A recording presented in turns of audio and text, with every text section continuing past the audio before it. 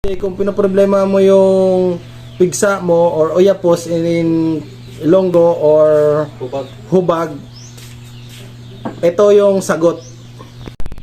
So mga kabady, alam nyo tong dahon na to? Yan. Ito ay alugbati. So sa lahat siguro na kilala nito. Ano bang meron nito? Mga kabady, ito ay gamot. Isang mabisang gamot sa kung meron kang pigsa. Yan. Mga may tawag nito, sugat, ganon. So ito kasi mga kabady, nagtataglay ito ng antioxidant at ito'y anti-inflammatory. So ang gagawin nyo lang nito mga kabady, meron tayong ganito, ganyan. Hibit-bikin lang natin ito mga kabady. Yan, tingnan mo. Yan.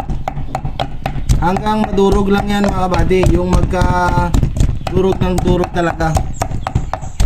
So ganyan lang yan mga kabady.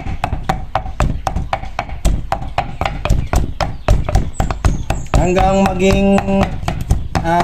maging juicy na siya or lumabas na yung ano niya talaga. Yan.